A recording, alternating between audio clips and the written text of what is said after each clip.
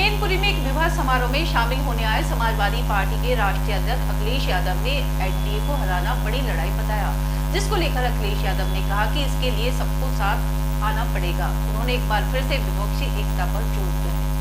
अखिलेश यादव ने कहा कि विपक्षी दलों की एकता जरूरी है। इस बार भाजपा अपने मौजूदा सांसदों का टिकट काटने जा रही है। उन्होंने कहा कि पीडीए ही भाजपा को हराएगा। स्वामी प्रसाद मौर्य के पद से इस्तीफे के सवाल पर उन्होंने कहा कि पार्टी में बात चल रही है, जल्द इसका समाधान निकल जाएगा। भारतीय जनता पार्टी से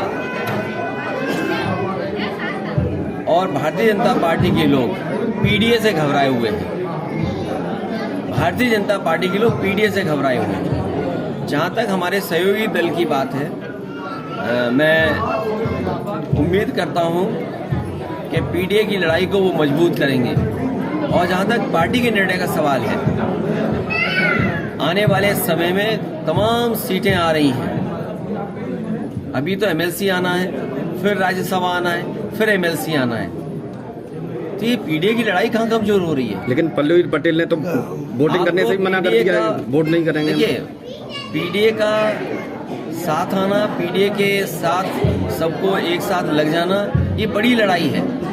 और ये बड़ी लड़ाई कोई आसानी से नहीं जीती जा सकती है। बड़ी लड़ाई में बहुत लोगों का साथ चाहिए। अगर अब वो बजट पढ़ेंगे तो इस सरकार ने मुख्यमंत्री योजना चलाई है, जिसमें रखवाली करना चाहते हैं किसानों के खेतों की। मुख्यमंत्री खेत सुरक्षा योजना, अगर कोई इसको अनकोड करे, मुख्यमंत्री खेत सुरक्षा यही है कि सांडों से सुरक्षा करना, तो 50 करोड़ में सांड से कैसे सुरक्षा हो जाएगी? और फिर पूरे उत्तर प्रदेश में कोई दिन नहीं जाता है जिस दिन इन जानवरों की वजह से किसी की जान न जा रही हो। ये सवाल कई बार विधानसभा में उठा है, लेकिन सरकार इस समस्या का समाधान नहीं ढूंढ रही है। और तब नहीं ढूंढ रही जब देश के प्रधानमंत्री जी ने कहा था कि 15 दिन के अंदर छुट्टा जानवरों की समस्या का समाधान हो जाएगा। इससे भी ज़्यादा महत्वपूर्ण ये है कि पूरा किसान आंदोलन कर रहा है और पूरा देश का किसान भारतीय जनता पार्टी से जानना चाहता है कि जिन्होंने ये सपना दिखाया था कि आय दोगुनी हो जाएगी, और अभी जब भारत रत्न दिया स्वामीनाथन जी को और देश के हमारे किसानों के नेता चौधरी चरण सिंह जी को, उससे किसानों की उम्मीद और बढ़ गई कि सरकार उनकी सुनवाई करेगी, एमएसपी देगी, एमएसपी के लिए कोई कानून बनाएगी। लेकिन जिस तरह सरकार का व्यवहार है, कीलें लगा देना, अगर वो निकल रहे हैं तो रोकने के लिए तमाम चीज़ों का इंतजाम कर देना, प्रशासन पूरी तरीके से पुलिस लगा करके आंसू गैस गोले चला करके उन्हें रोकना चाहती है। आखिरकार आप भारत रत्न एक तरफ दे रहे हैं और दूसरी तरफ किसानों को आप रोकना चाहते हैं, उनकी मांग नहीं मानना चाहते। आखिरकार भारतीय जनता पार्टी चाहती क्या है?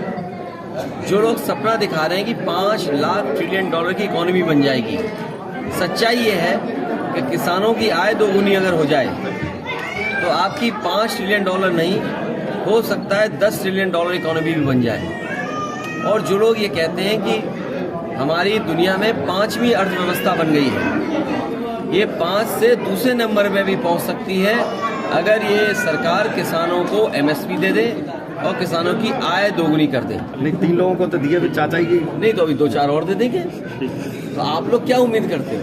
भाई आप ही दिलवाना चाहते हो और आप ही चलाओगे कि परिवारवाद, तो हम कैसे बचेंगे भाई आपसे?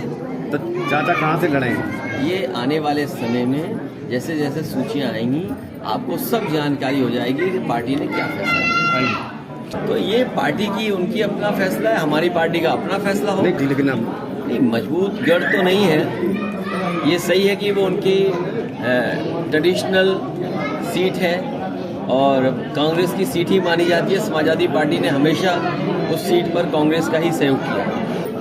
मैं आपसे कह रहा हूं कि भारतीय जनता पार्टी अपने सभी सांसदों की सीटें बदलना चाहती है, केवल एक के सिवा।